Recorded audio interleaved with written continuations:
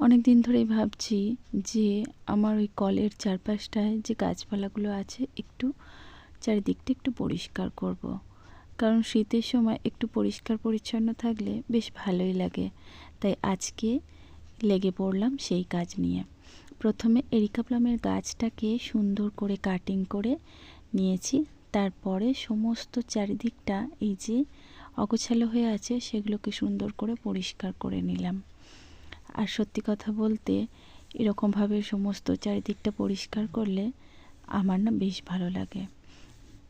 তো তারপরে এই যে বুগেনভেলিয়ার যে গাছগুলো ছোট ছোট কচি কচি পাতা বেরিয়েছে, কয়েকদিন আগে কাটিং করেছিলাম।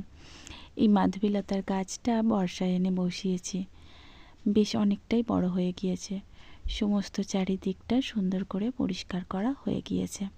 স্নান সেরে তারপরে এদিকে এই যে হাজব্যান্ড এনেছিলেন আতা।